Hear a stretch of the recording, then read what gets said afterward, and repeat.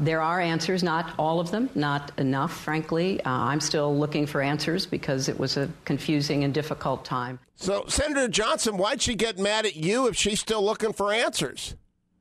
Well, I think she understands how culpable she is, and she understands exactly her dereliction of duty that really results in the death of 4 Americans.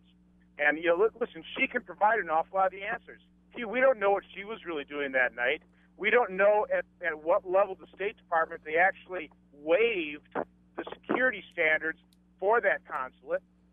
We have yet to hold anybody accountable in the State Department for the dereliction of duty, for not only not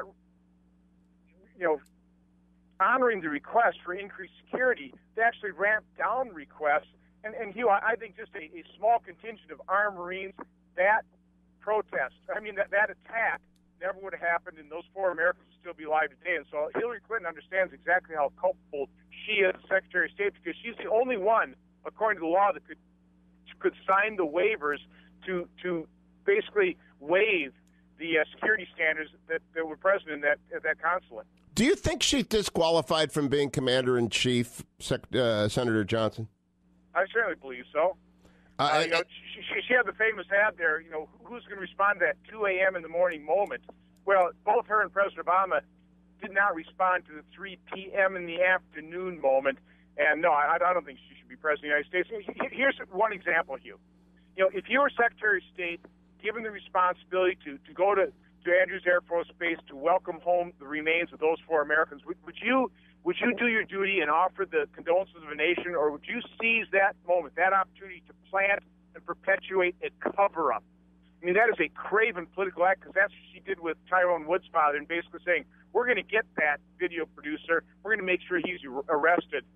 Again, that's just a craven political act. I think that alone disqualifies her as President of the United States. She also said yesterday to Bret Baier that she cannot recall if she spoke with Secretary Panetta, and she's a little foggy on where the president was and when she talked to him and when the press release went out. How in the world, more than a year and a half later, can you still not know what happened here? Especially when you're going to go and interview and be interviewed, and you're going to be asked that question. Not to have boned up on it, not to prepared. No, there is obviously a cover-up here. One thing that's not really been really looked at carefully is the fact that one thing we do know is Secretary Clinton and President Obama spoke about 10 o'clock in the evening. At 10:08, the State Department posted on their website basically the first information blaming that inflammatory material on the Internet, basically the video. That's I think, when that excuse was planted. And is it just mere coincidence that President Obama and Hillary Clinton spoke just minutes before that? Were they concerned about the American personnel in Benghazi, or were they concerned about their own culpability and how they were going to cover it up? I'll let the listeners be the judge of that. Now, Senator Johnson, the suspected mastermind of those murders is on the USS New York. Should he be taken to Gitmo, or should he be brought to the United States where he will be processed as an ordinary criminal as opposed to a terrorist, unlawful combatant? Yeah, all these unlawful combatants should be detained in Guantanamo until we extract every ounce of intelligence we believe they may have. And Hugh, I was down in Guantanamo. It's a first-class facility. The shoreline is like Lahaina in Hawaii. It's a beautiful place. These prisoners are treated humanely, probably better treatment than they've ever received in their lives. And talking to the people that extract that information, you do it over a long period of time, relentlessly asking the same question after the same question. That's how you get intelligence. You can't get intelligence, not all of it in 12 or 36 or hours or 2 days or 3 weeks.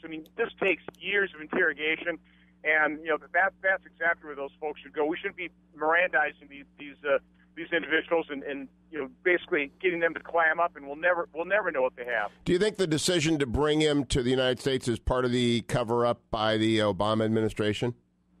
Well, it's certainly part of President Obama's stated goal of wanting to close Guantanamo. To me, that's a crazy goal. I have no idea why you'd want to do that. Hugh, I wish the war on terror was over. It's not. It's not going to be over for a long time.